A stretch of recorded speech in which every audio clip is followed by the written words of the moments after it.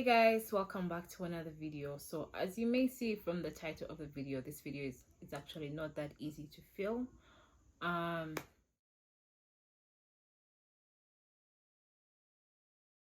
So for the longest time, this was actually one of the days that I dreaded the most. I dreaded thinking about it because I know how difficult it would have been for me to experience. For this year, it was quite difficult for us to see our loved ones. And the weekend before my mom actually passed away, I had the opportunity of seeing her. You have to remember that during lockdown it was quite difficult for us to move, either even with cars or even just like public transportation. And that day I used the border, so you can imagine I had to illegally transport myself to her home and back to my place that evening. And I left her home really late, so by the time I left, I was actually mad at her because she made me stay so late. And now I was worried that I was going to be all caught up in the curfew, or even find it really difficult to get a border that could sacrifice himself to bring me back home.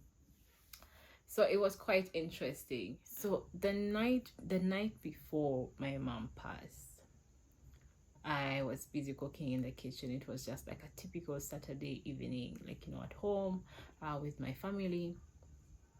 And I came and I touched my phone and I realized that she had actually called me and I had missed her call. And that was like 1 hour ago. So I picked up the phone and then I decided to call her back again. And then we just had like all these conversations like about work. And then, we were laughing about like, different people who are actually not showing up the way they were supposed to show up. And yet, they were making complaints here and there. So we just made like, a few jokes here and there. Then she also had my son in the background talking. So, we had a conversation about him as well. Spoke about his school, like, different things, like a normal conversation that would make you feel like, okay, tomorrow we are going to pick up more and more from this conversation. So we stopped speaking. Like, I think our conversation lasted around 10 minutes. And then, I went to bed that night knowing very well everything was fine. So the next morning, was just a typical morning at home. And I got a call, and people were feeling a bit concerned because they had not seen my mom, and they just wanted for us to come and check on her just to make sure that she was doing all right. So yeah, I had to rush to her home just to go and see what was happening. And by the time we found her, she was actually lying down and she was not breathing anymore. And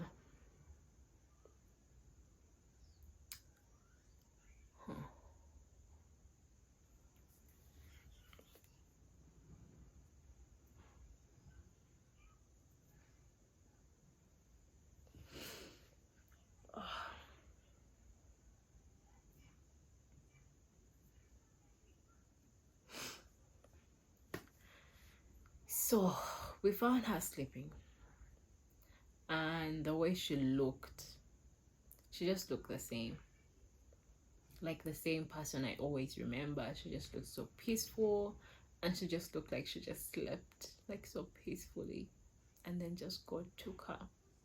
And then it reminded me, I don't know who that was in the Bible who asked God to take him away. And no, actually he didn't even ask God to take him away, but God actually came and just carried him and took him to heaven. And I looked at her and it just made me feel like God had actually just come and carried her in her sleep and took her away.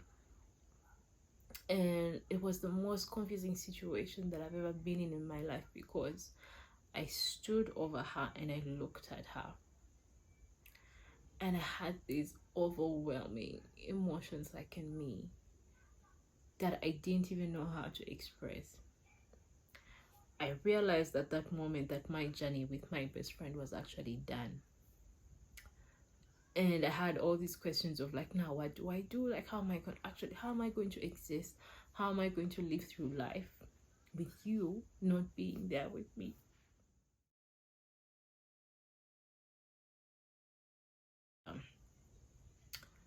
So my father passed away when I was 2, so I didn't grow up with both of my parents.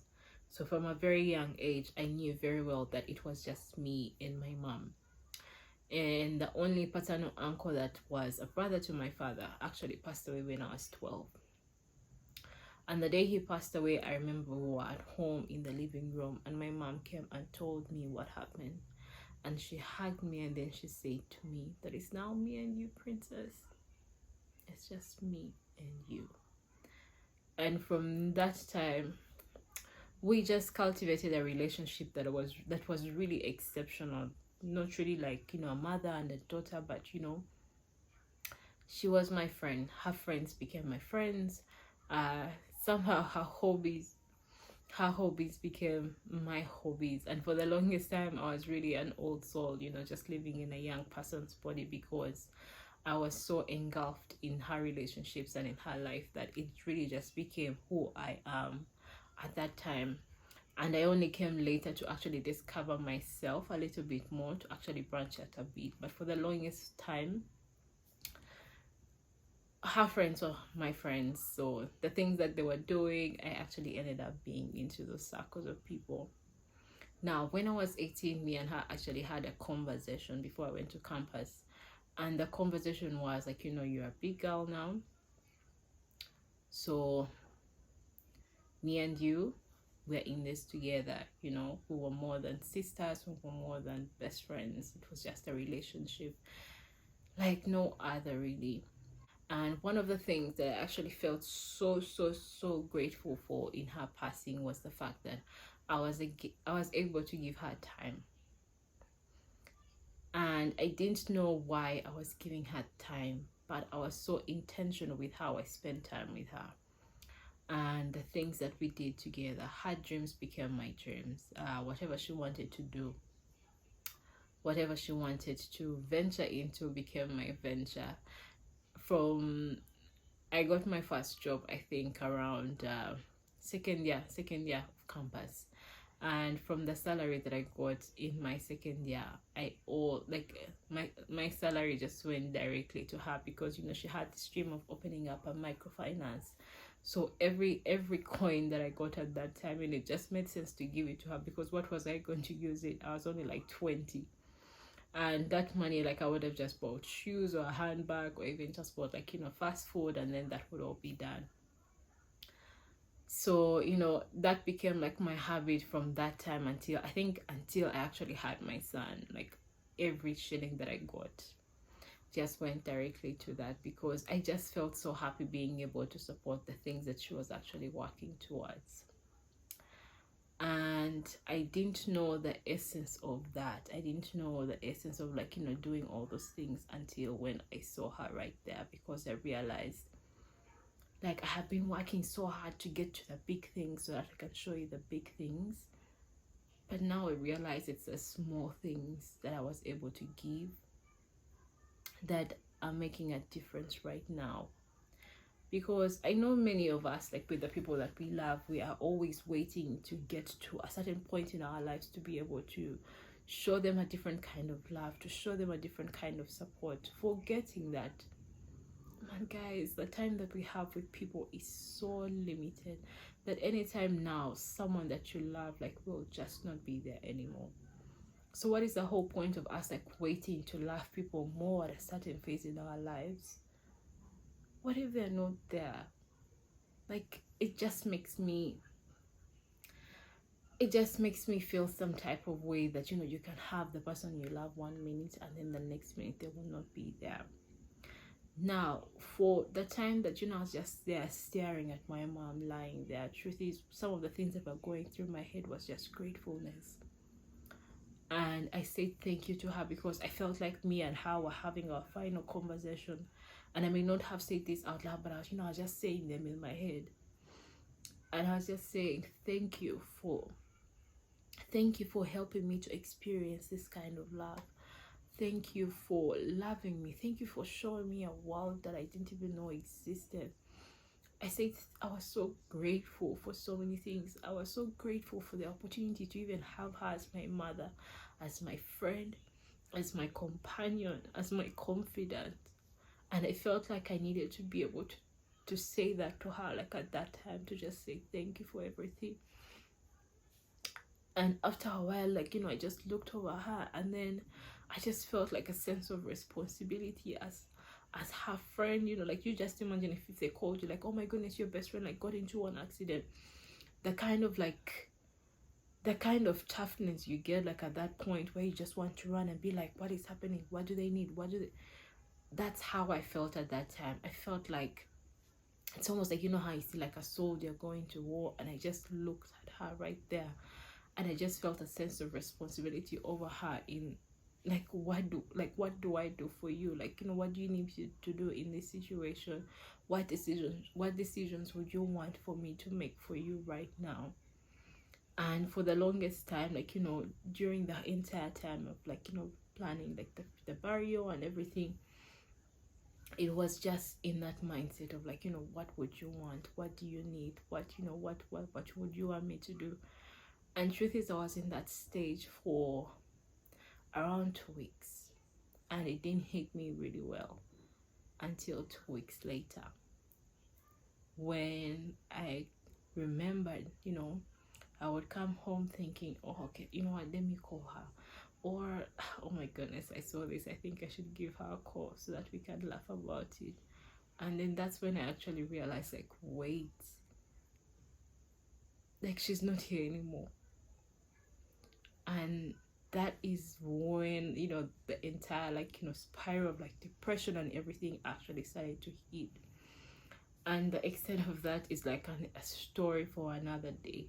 But the lesson that I picked throughout this entire grieving process, and throughout the process of just really experiencing that loss and everything that came with it, I just realized the truth is, we really need to live more in the moment. I know, like, it's like a cliche statement that we've had so many times, but truth is, we really do need to live more in the moment. One of the things that will actually hit you hard when you lose somebody is the regret of not being able to do certain things. Regretting not picking up the phone call, regretting not to be able to, like, do different things. Like, it will all come running to you, and those are things that you like, that's time you cannot get back because the person is not there anymore. So I just realized the truth is, man, there's nothing like laughing too much. There's nothing like laughing too hard, dancing, laughing, experiencing. And guys, one of the best gifts you can actually give to the people that you love is your time. Sometimes, like, all these material things that we can give them, they may not really make sense at that time, but time makes all the difference, because truth is, you will have so many memories that will comfort you during that time. You remember, oh my goodness, we did this, oh my goodness, we did that. And at that time, that is all you have, because you don't have the person anymore. So knowing that I gave her all her roses while she was in this lab, that I gave her all the I love yous, that I hugged her as much as we could hug, that we laughed like little girls as much as we could. Truth is, those were the things that were really comforting, like in the moment of losing her, because I knew that, you know what, I used every single minute that I had to be able to share it with you. And now that I don't have you, like, you just imagine, like, right now she's not here anymore, and I'm not able to do any of that stuff with her anymore. And if I had not picked up that phone and called her the night before, I would always hate myself for not being able to do that, or for not even speaking to her one more time. It would really kill me. So I'm also grateful to God that I actually got the opportunity to have that phone call and have that conversation with her, because it also helped to heal me, to know that I had no regrets. Because had I missed it, because sometimes you don't miss the call because you don't care or anything, but it just happens, like it's a coincidence, and it just leaves you feeling so empty. So I get it if you've been there and you just feel like, I wish I could have done ABCD.